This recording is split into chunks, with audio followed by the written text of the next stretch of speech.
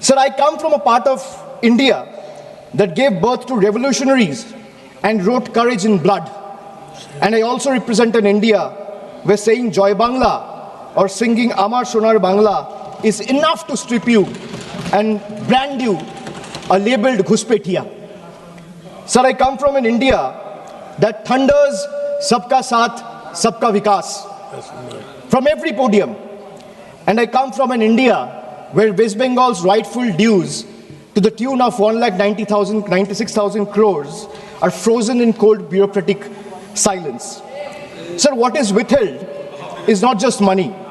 What is withheld is dignity. What is withheld is constitutional promise that every Indian, every state stands equal before the union.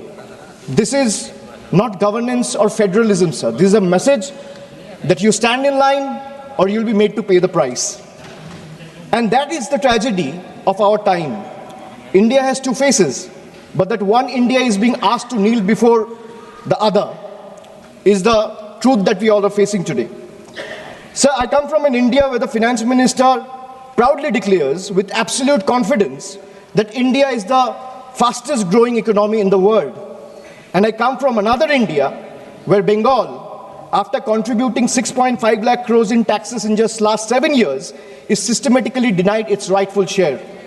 So despite repeated requests and appeals, we have been denied employment under Manrega, housing under PM Awas Yojana, road connectivity under Gram Sadak Yojana, even basic drinking water under Jal Jeevan Mission is being stopped. Sir, I come from an India that boasts of maximum governance, minimum government.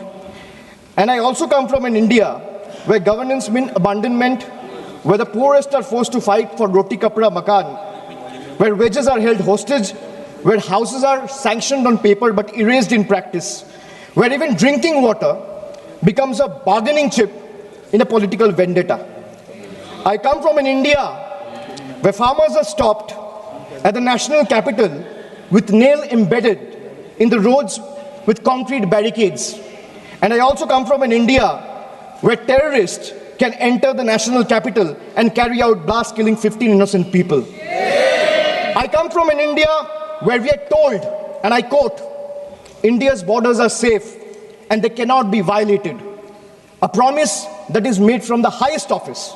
And I also come from an India where that promise lies in ruins. Terrorists crosses our border, infiltrated heavily guarded militarized zones like Pahalgam, and gunned down 26 innocent civilians under broad daylight. Ms. Mamta Banerjee threw the papers on the Deputy Speaker on Lok Sabha, Charanjit Singh Otwal, on 4th August 2005.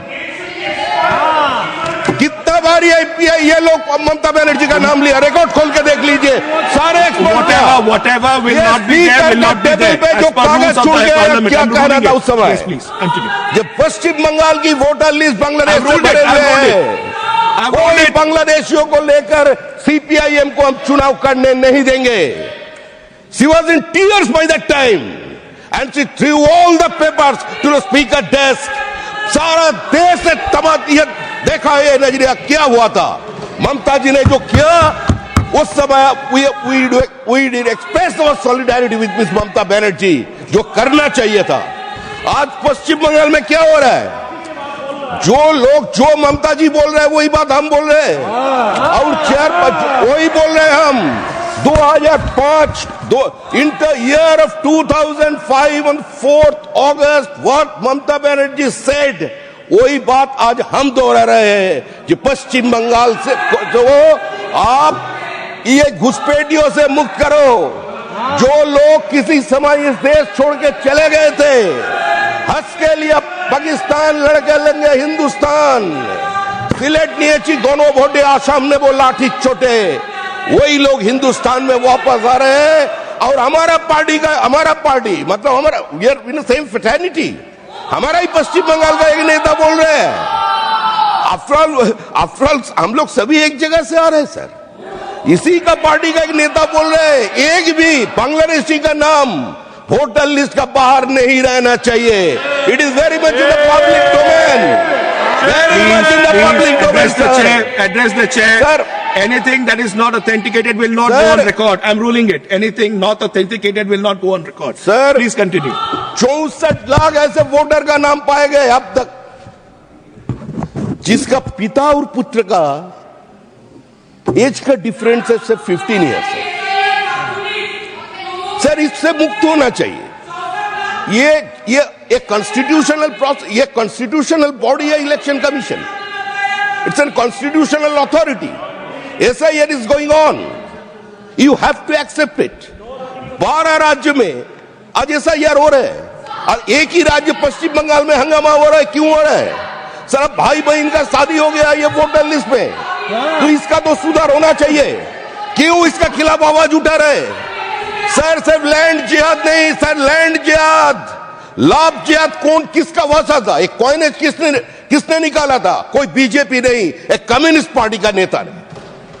आज जो लोग यहां बात कर रहे हैं, हम तो बोल रहे हैं अभी तिवारी जी बहुत दिग्गज नेता वहां बैठे हुए हैं, दिग्विजय सिंह जी का है, एक बार जाइए ना, मेहरबानी करें एक बार जाइए मुर्शिदाबाद में अधीर रंजन चौधरी का घर पर चाय पीजिए।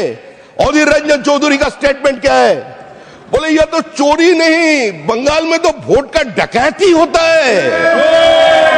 ये तो हम नहीं बोल रहे, हम कांग्रेसियों का बात कर रहे हैं। आप लोग वहां जाइए, एक बार जाकर देख के आइए। जयराम जी कहां चले गए? हम तो जयराम जी के ढूंढ रहे हैं। Highly grateful to him.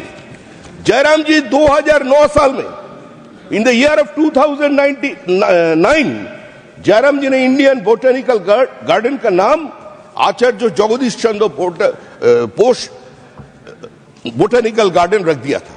आभारी है पश्चिम बंगाल की जनता जयराम रमेश जी के पास। आज जयराम रमेश जी को बोली एक बार आप भी तो आइए देखने के लिए कि कैसे उसका भीतर घुसपैठिया घुस गया, मस्जिद बन गया, इलेक्ट्रिसिटी भी पहुंच गया, पब्लिक डोमेन में वो तस्वीर है। पानी का कनेक्शन कौन दिया? हावड़ा कॉर्पोरेशन। कितना बार इंस्टीट्यूशन का लोग गए हैं थाने में, कोई एक्शन नहीं है।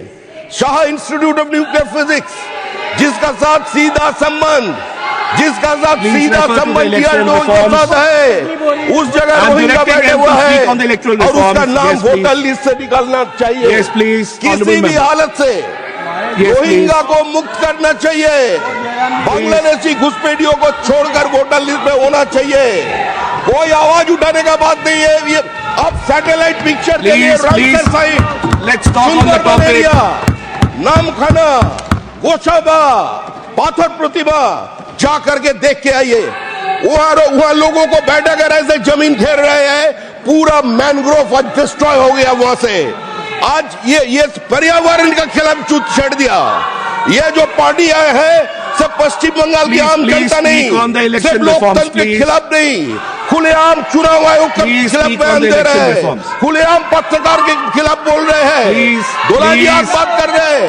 2 दिन पहले उन्होंने बोला भारत की सारे जो मीडिया है वो पीक गया है। इन लोगों से लोकतंत्र की बात ही सीखना पड़ेगा।